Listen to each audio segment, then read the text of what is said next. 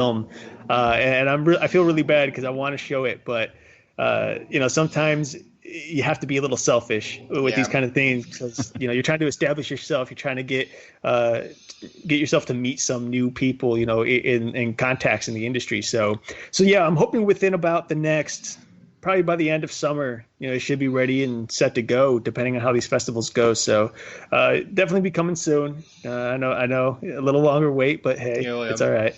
You'll get there. And then I do encourage everybody to check out the trailer if you haven't, because that is a very good way to get an idea of what the movie is about. Yeah, we actually just uploaded a new trailer onto paratruthradio.com. So if you go there, it's a little different, shows you a little bit more of the film. So yeah, definitely check it out. As for new projects, I'm constantly in the works of something. Lately, I've been really spending a lot of time writing, more so than actually going out and filming. So I just actually finished, I can't say much about it right now, but I just finished a feature film, the first draft of a feature film, that Justin happened to have read. Mm-hmm. And, he's excited about it. I think he thought it was really cool. And I have a few other people who checked it out too. So it's another horror film. This time I'm stepping away from the whole Christian aspect of things.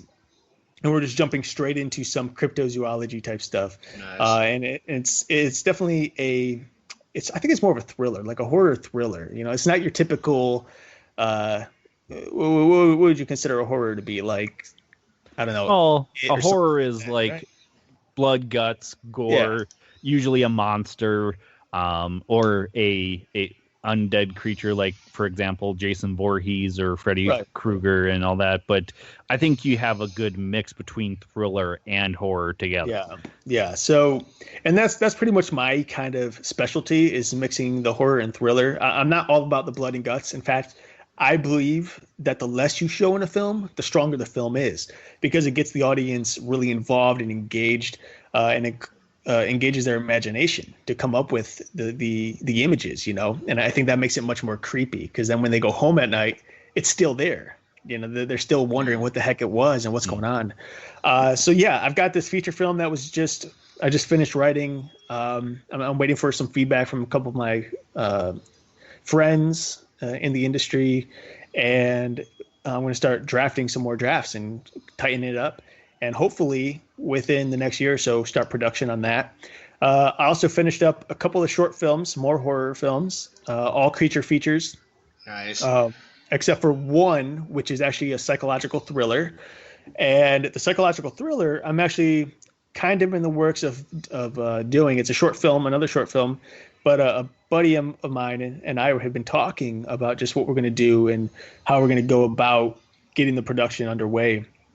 And it's really, putting on a production is difficult. It takes time, sometimes several years in advance, depending on what it is, because you got to find the money, you got to find the actors, you got to find the crew, you got to find the equipment, and trying to get that all within a couple of months is difficult. Everybody's busy and doing this and doing that. So, yeah, I've got a few things in the works here. And so Jim, you'll be seeing some stuff coming up soon enough. And for everyone tuning in tonight, look forward to it. Got some pretty cool things going on. That's good. Well, speaking about your podcast and all that, you guys want to, for my listeners, do you want to tell them about your podcast and when it's on and what's the whole nine yards and what it's about? Eric, go for it, my brother. Alrighty.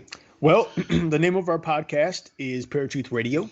And of course, you can find us on paratruthradio.com, YouTube, iTunes, et cetera, literally just Google Paratruth and everything will come up for you. We take two different seats in the paranormal. I come in from a Christian worldview. Justin comes in from a more secular or mainstream worldview. And we often compare and contrast the truths and lies behind each and every topic that we talk about, whether that be ghosts, demons, cryptids, conspiracy theories, aliens, et cetera, et cetera. And oftentimes it's mostly just getting information out to our audience and letting them decide what they believe the truth is. It's very rarely, I think, one-sided. It's, here's a little of this, here's a little of that. Now you guys figure it out, because we don't believe that we should be the ones telling you what it is you should believe. You should be coming up with that thought yourself. Otherwise, it's not real, I think. So yeah, that's what we do. The show's pretty fun, pretty engaging, fast paced. It's very rare that we slow down and stuff. Although on occasion it happens. Or have a short show because we only have so much information. Yeah. Every once in a while we have a short show, but what are you going to do? Anything to add to that? Well, you can also find us on Fringe Radio Network now. They are in the works of rebuilding the website because unfortunately the one that they had crashed. But we are part of the Fringe Radio Network. These guys actually bought this from another gentleman, and the website was just that old that it needed to be redone anyway. So, yeah, we're a part of them. And actually, you brought up L.A. Marzulli. He's a part of Fringe Radio Network as well with his podcast. I always forget the name of it. Anyways, his podcast. And several others, Cast 'Em Off Radio. If you guys have heard of Cast 'Em Off Radio, they're on there. A bunch of great podcasts. And I think they've gathered a good crew and a good group. And we are also on radioandpodcast.com, which is owned by Jim Malyard. But yeah, I mean, it's honestly been interesting to see Paratruth grow as much as it has. I mean, we started out with Night Stalkers with, 3 people that were our family listening to us. Yep. And, from there, we have thousands of listeners a month now. Do I wish it was more? Sure. But we have a very good core set of fans that tune in every week to hear what we have to say.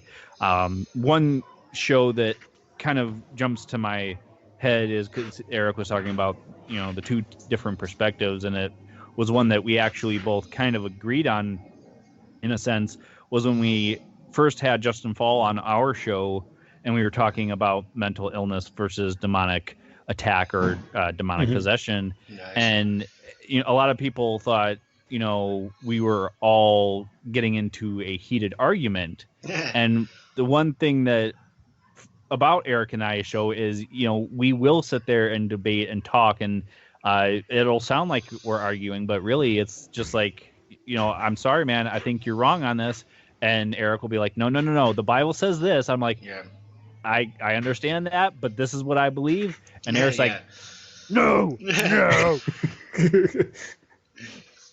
But I mean that's what makes our show great, is we can have fun, still have, I wouldn't even say heated argument, I would say a good debate, and still love each other as friends, cousins, brother, family, and keep going with the show. Yeah, I notice you guys usually joke quite a bit. But yeah, it's because being serious all the time about this kind of stuff, which there is a time and a place for that, don't get me wrong, but you have to break the ice, especially if you have on a guest that is so into their specific theory that you have to be like, okay, well, Joe Schmo just said his alien took him away or whatever, and they just bust up laughing because they're like, okay, yeah, right, it's getting a little deep in here. Let's calm down a minute. Right. Well, and the other thing I think, I just want to throw this out there, which is I think important for all hosts of any radio show, and Jim, I think you can take this one to heart, really work on this too, because we work on it all the time. It's been something that we've struggled with in the past and we're still growing about. But I was listening to an interview the other day with a guy who played in the Resident Evil series movies. And I can't think of his name was Sean something. He played, I don't know if you guys have seen it, but he played Wesker. He's the blonde guy who's, beast. I was listening to an interview with him, and he was saying, he's speaking about an actor, but it works the same way for a host, is you got to be like water. You got to be fluid. You got to be ready to move in any way, shape, whatever, in any direction you need to during an episode. And like Justin and I, we often have a list of questions at the beginning of each show but it's rare we actually get through all of our questions because or new stick questions, to them. or stick to them. Often we'll just jump off the grid because I think it could be very boring. Not all the time, but I think it could be very boring for an audience who's tuning in to hear like just a question, answer, question, answer, question, answer. Instead, you need to create a conversation. Oh yeah. And the conversation, comparatively, conversation compared to an interview, quote unquote interview, is a big difference. And I think it really engages everybody in the conversation. So it's something to think about when you're asking a question. Depending on how the guest answers, you listen very carefully to what they're saying, because there might be another question to ask them based on their answer, and it really gets you to move, or maybe a comment. I think we just did that with John Mellard a couple weeks ago. There were many things that he said that didn't really lead questions from us, but it allowed us to comment on something that he said or add to it or this or that. And that's very important, I think, when it comes to a radio show. And, let's be honest, we're rabbit trailing a little bit right now because we're way off the question you asked us. So sorry about that. That's all good. Well, I was going to kind of rabbit trail myself. And when you guys mentioned mental illness versus demons, I'm actually trying to book a interview with a local guy here in Phoenix. That now he had to reschedule this past weekend. I posted on Facebook earlier today, but he had his own ministry, which was House of Healing. He had to reschedule with me for next Saturday, so I'm gonna have him give his information and then go from there. Ironically, this guy has the same name as the singer, but it's not the singer. It's Michael W. Smith.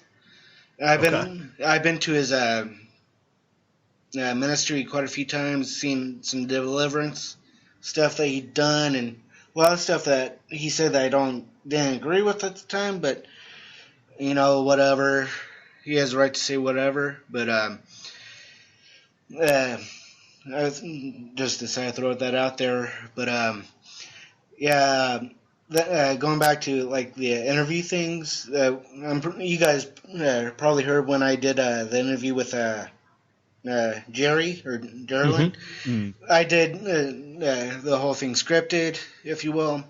The one I did not too long ago with Joe, or whoever this guy's name was, about the Orpheum Theater. There's a few questions I missed, but whatever. And ironically, this one I'm kind of freeballing, so. Well, it's always good to freeball. I mean, and Erik has written up scripts for us before, or something to kind of stick to an outline, if you will. An outline. And a lot of times we will get away from that outline, but the point of the whole interview is to, even if you ask that one first question that's on your list, you're going to have 50 more pop up after that person answers, because you weren't expecting the answer that they gave. Yeah, oh yeah. Right. So, yeah, I think it's important to have an outline, though. Know how you want to begin, have an idea of where you want to be toward the middle of the show, and realize where you need to be by the end. Pay attention to your timing, because Justin and I, we used to do 2-hour episodes when we first started radio, and we cut it down to an hour. And really, anything over an hour for many audience members is a little too long, and they'll start to drift away and get bored and so on and so forth. So making sure you stay within that 50 to 60 minute mark is important. But I think the second most important thing is to really direct your interview. Make sure you're the one that's in control the entire time, because there are guests who will come in and try to take over the show, and they want to just give out everything that they have, all their information. But you need to be bold and just be like, okay, well, we're going to change the conversation here because it's going in a different way than what we want. And so it's something that's, I think, be in tune to, because it'll really help drive the show to become what you want it to become and not what everybody else wants it to become. So something to be aware of. Yeah. All right, well, speaking on that, I'm going to wrap it up today. So is there any last minute comments and you want to speak on, and if for the listeners, how do we find you? Best way to find us is at paratruthradio.com. Like I said before, you can also find us at fringeradionetwork.com. and radioandpodcast.com. And